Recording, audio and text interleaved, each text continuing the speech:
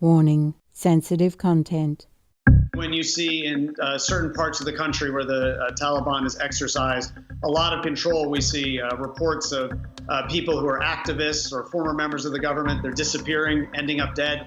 If this is a harbinger of what's to come, then the Taliban 2.0 may not be what we think it is. It may even be worse than what it was before. In some areas, they've banned girls going to school beyond the age of 12. The Taliban talks a lot about how it's changed and girls can go to school now. But I asked if any of these girls would be going to school, and I was told, absolutely not. Girls don't go to school. And when I said, why don't girls go to school? They said, Taliban says it's bad. Next to the mosque, we find a classroom of young girls. But their teacher says they will only receive religious education and will not attend regular school.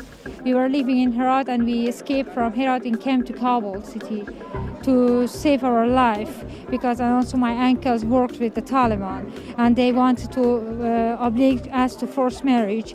And also I'm a doctor and my sister was working with the women's rights. She studied law, and also my mother is a teacher. My mother was the teacher of students in 8th class, the boys. Yeah. The Taliban don't let her to teach the boys. I'm too sure that they will kill us.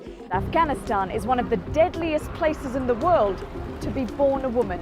I have never felt it to this extent, helpless, hopeless, disappointed, poor and miserable in my life. Our friends are going to get killed. They're going to kill us. Our women are not going to have any more rights. Women have allegedly been tortured for venturing out of their homes alone, singing, having romantic relationships, and for not covering their faces. تعدادی از بسته‌های کمکی که تهیه شده برای فامیلای نیروهای امنیتی ما که زخمی شدن در جنگ‌های اخیر توضیح بکنیم و با این حرکت خویی را اثبات بکنیم که خانم‌های افغانستان به خصوص خانم‌های هرات از طالب ترسی ندارن. اونا همراه نیروهای امنیتی خود هستند و مبارزه میکنن، چی با قلم باشه، چی با حرکات‌های مدنی باشه و چی هم با نعره الله اکبر. In the areas that the Taliban rules, there are simple rules for women. Women should cover themselves from head to toe. Women are forbidden from walking outside the house. They should leave home only with a male relative. There are restrictions on girls' education. Despite its claims of being a new Taliban, all of this is reminiscent of the dark period. This is an emergency now. It's nothing to do with process. They're just trying to save lives. Tens of thousands are trying to get through. At the front, they're being crushed. Paratroopers pulling people from the mayhem. Continuing a conversation about the situation in Afghanistan during an August 19, 2021 work-related phone call with a Supreme Master television team member, our most beloved Supreme Master Ching Hai graciously elaborated further on the uncertain future for the Afghan women after the Taliban's takeover of the country. She also shared more of her wisdom on the differing aspects of the Western and Taliban systems concerning women. Master, what makes the Afghan women so afraid of the Taliban? Oh yes, you should do some research into what the Taliban's doing to the women all these decades, and then you understand. Okay. It is not just about being married away to anybody, that they have no choice. But it's about all kind of things, you know, the woman's rights, woman's dignity, okay, woman's choice. They are human beings. They are children of God. Yes. They cannot be forced. They should not, they must not be forced into any kind of situation that's degrading to their womanhood and motherhood, okay? According to all the reports, they force the women from young age to middle age to marry their own soldiers or fighters without their consent. Yeah. And in the world, if a man forces a woman into, you know, this kind of physical relationship, then they are going to jail. Right. Because like a sexual assault, like raping. Yes, Master. So the Taliban is forcing women to go into a relationship with somebody she doesn't even know, she doesn't like, she doesn't love. She has not the same ideal. Yes, Master. the blessed Prophet Muhammad, peace be upon him, and the Quran have never taught us to pillage other people's property, even if you think girls are property, nor force women into anything or any relationship against their will. So any Muslim engaged in any kind of activity contrary to this established teaching is betraying the Quran and the great Prophet's teaching. They should be punished according to Islamic law, not the gentle, innocent, faithful in the woman's form. May Allah protect the woman to whom the Holy Quran granted all freedom and respect. And normally the Taliban emphasizes ideal. You know, you have to live with an ideal, you fight for your idealism. But like this, they don't give women any ideal. The women, they have their own ideal. Yes. So they're forcing somebody into their own ideal, which sooner or later might explode. You never know.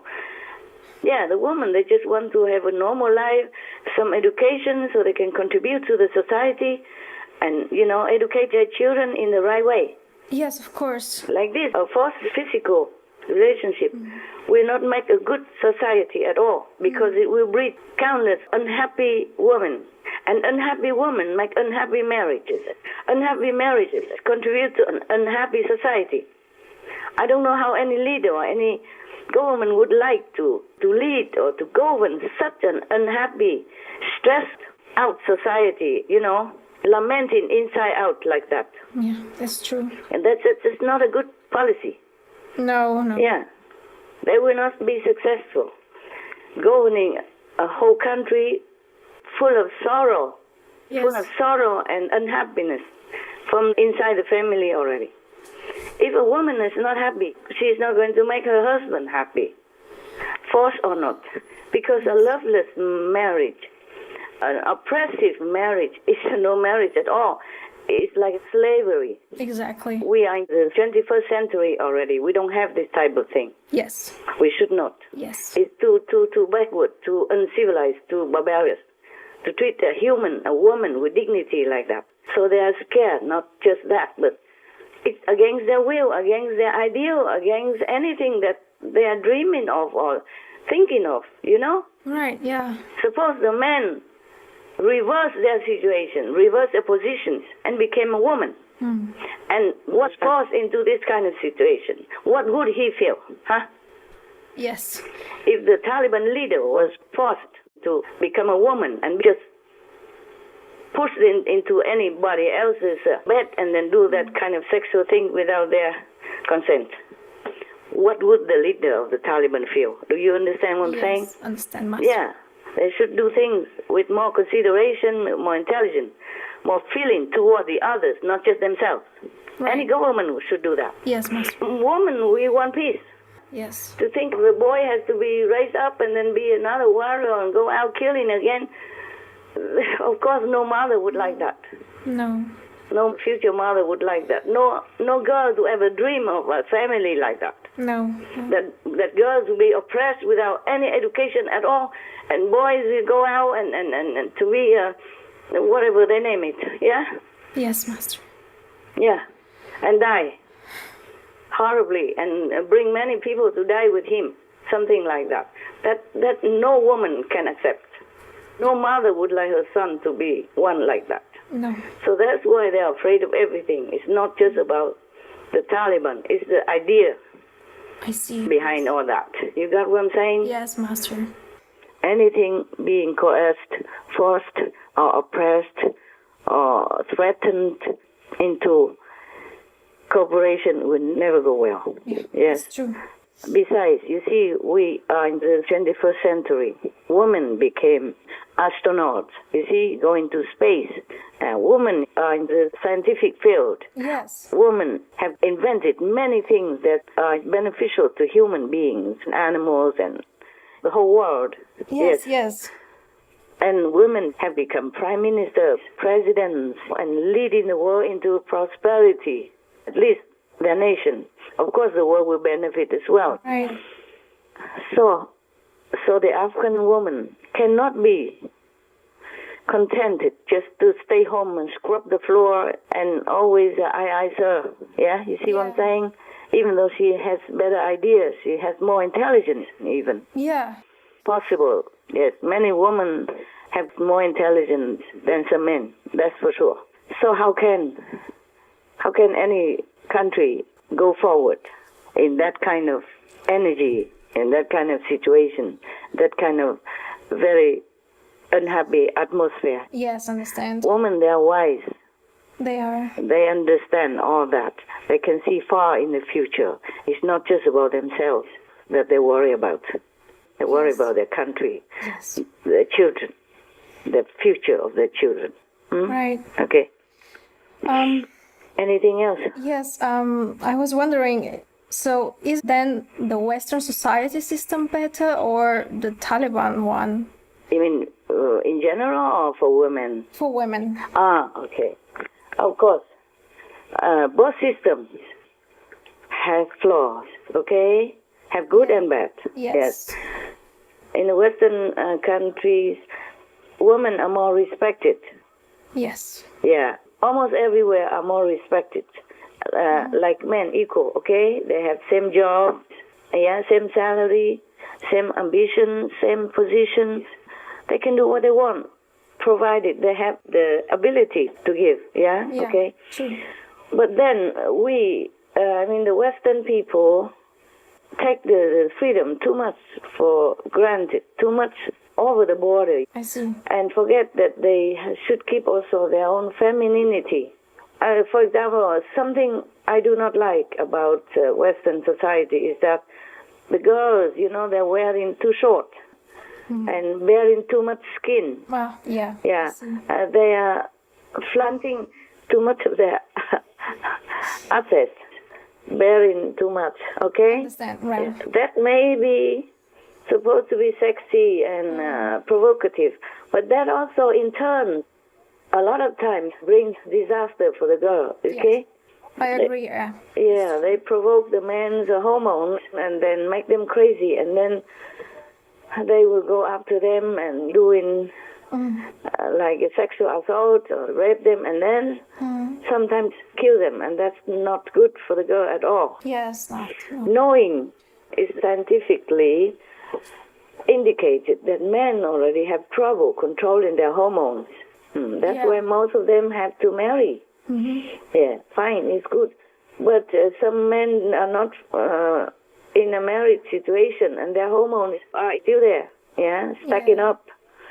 So if a woman is more provocative like that, like bearing it out and make the man feel even more provoked, their hormones are more raging, stacking up, rising up. Right. Then that's not fair for the men also. I see, yes. For in society we have many cases of sexual abuse or rape or related death. Right. Even within family, that's no good. I think in a family, parents should teach the children, especially girls, to wear more modestly, more decently, okay? Yes. So not to invite trouble. Right. If you don't wear decently and cover yourself more, of course the men or the boys like to look at you and you feel more proud, but that is not without risk. Yeah, and also they look at you in a sexually desirous way. It's not respectful and not love. Yes, Master. Love is different from sex. Yes. To love a woman and tenderly having a relationship with her is different than wanting her sexually only. Yes, it is. So the woman should also keep their own dignity and decency. Right. So that she earns respect, and then when she meets the man, he will love her only because of love. And sex comes as a second, side effect, okay? Yes. Our society should be free, but freedom should be handled with wisdom. Yes, that's right. Yes, a woman should be wise enough to protect her own dignity, okay, and decency. Yes. You have to earn respect from a man before you marry him. Yes. It's better that way. The relationship will be happier and last longer. Yeah. Because even if you wear sexy clothes and you entice a man for then he's blind and then he marries you. But there are many more sexy girls around, everywhere. Yes. And maybe one day you lose. Because the relationship is not based on love and respect. Exactly. Okay. Yes. And in the Islamic system, there are flaws also. Like the women have to cover themselves from head to toe. Oh, yeah. And it's very difficult to see around like that. Some can stumble and fall. Yes. Or will not be able to see if the danger is coming. Right. Yeah, like maybe a corner car coming speedily, or a man approaching her, or some robbery of any kind, you know. Yeah. It's difficult to be more prepared. True. In advance, than if she can see better. And at work, if it's all covered like that, then the ear sometimes go bloom, bloom, cannot hear very well and cannot work very well. Yeah. It's an expensive, heavy, cumbersome garment which covers the entire body, and it includes a mesh panel covering the eyes. The veil is so thick that it's difficult to breathe. The little mesh opening for the eyes makes it extremely difficult to even cross the road. And then covered like that, it's too hot in some countries, too hot, you know? Yeah. It's very uncomfortable, and it could also breed some illness. Maybe not very fatal, but still, you know, it's not very comfortable for women. In the Bible of both Christians and Muslims, it also has this, I think, that God made humans in His own image. Yes. In His own image, made as humans. So the human face of a woman and the human face of a man should not be hidden. Right. Because God has given us birth without any cover. Yes? And for the sake of decency in the world, then we cover ourselves. But the face should not have to be covered. Yeah. Yeah. That's what my opinion is. But it's okay. It's not the worst thing. I see. Yeah. Yes. Still, it's very inconvenient for women to take care of many things. To do work outside the house or inside the house. Yeah, it's true. And also taking care, even taking children to school or doing something like that is very inconvenient. A little inconvenient. Not so easy to work with, the clothes like that. But in the Western society, they did the opposite and more exaggerating. So both sides should compromise and make the best use of both sides. I think it would be the best. Exactly. Yes. The woman should keep dignity, that's for sure. But not cover all over like that. Like you have something ugly, something sinful you have to hide. Yes. Yeah, I understand. Yeah. Thank you. Also, for this system, sometimes you never know if underneath the burqa is a man or a woman. If a man, if he has bad intentions, he could be hiding something underneath the burqa. Yeah, pretending to be a woman and can harm somebody or can harm some of the government persons in an assassinating scheme and all that. You see what I'm saying? Yes, Master. Yeah. So moderate, I think, is the core. Right. Is the best solution for any country, especially for women. So if we oppress half of the society's population, meaning women, then we might lose, talent, exceptional talent, like scientists, astronauts, physicists, teachers, masters, spiritual guides, presidents, prime minister, etc., We might lose so much so much talent and workforce by eliminating women in any society. Understand. Women should be given the opportunity, like men, to develop their potential, in order to help the world. God knows we need more wise humans to lead our world into a better situation. Also, don't forget that women are the mothers of all the prophets, all the masters that have ever graced our planet, and the mothers of all presidents, prime ministers, great leaders, virtuous statesmen of all time up till now, and also in the future. So we have to respect women. Women have to be protected and respected, and their dignity must be protected, must be respected, so that our world can function. Without women, we don't have the world that we have now. We don't have humanity. Yes, Master. The thing is, there's another side effect of woman oppression, of forbidding, is that I think the men in that situation or in that country are afraid of women. That's why they try so hard to suppress them. My suspicion. Okay? They know women are so clever and so successful if they focus on something instead of just scrubbing the floor and cleaning the pots. So they try to suppress them so that women become helpless, useless, and like a slave under the dictator of the man. Do you understand what I'm saying? I see.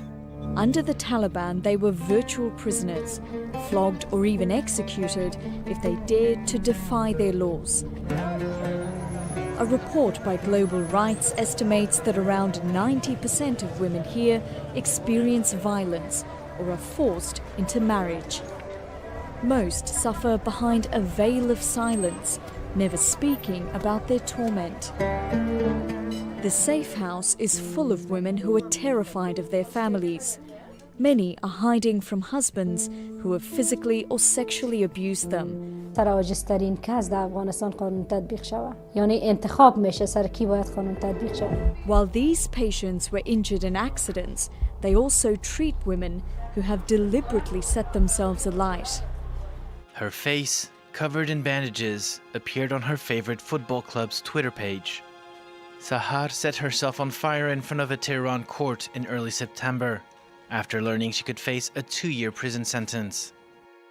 Her crime, attempting to enter a football stadium dressed as a man to watch her team play. The young football fan later died from her injuries. According to a recent UN study, Bangladesh has one of the highest levels of rape in the world, with more than 1 in 8 men admitting to the crime. Often, these rapes are committed by groups of men, and in the most extreme cases, the victims are murdered.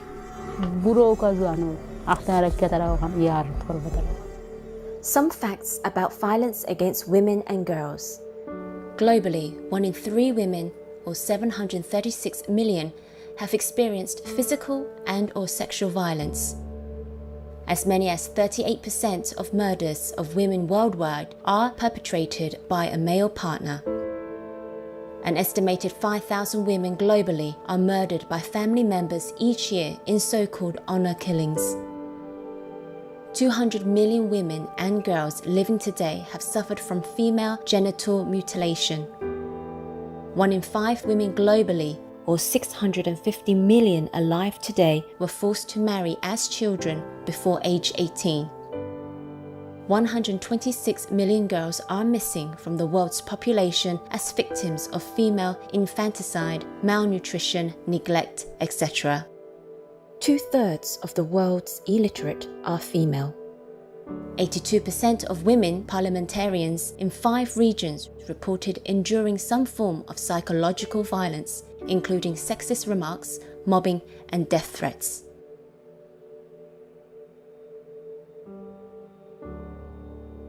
I do feel how they feel. I feel their suffering. I feel their pain. I feel their desperation. the whole world. I feel the animals' anguish. I feel everything, okay? That's why I suffer also. Understand, Master? All right, my love. God bless you.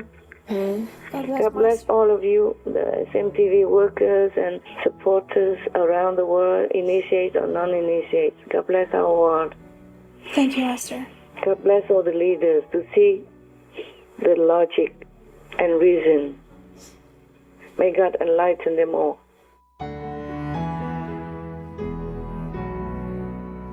Most benevolent Master, we are grateful for your unwavering, deep care and loving advocacy for those experiencing turmoil now, especially the vulnerable and oppressed. Our hearts are in prayer for the women, as well as other fellow beings on our planet who have yet to secure peace and freedom as their birthright. May the day come soon when everyone shall live as dignified and equally respected world citizens. Wishing beloved Master to be always well and tranquil, ever safeguarded by all heavenly goddesses. For the full broadcast of this phone call with Supreme Master Ching Hai, please tune in to Between Master and Disciples on Saturday, September 4th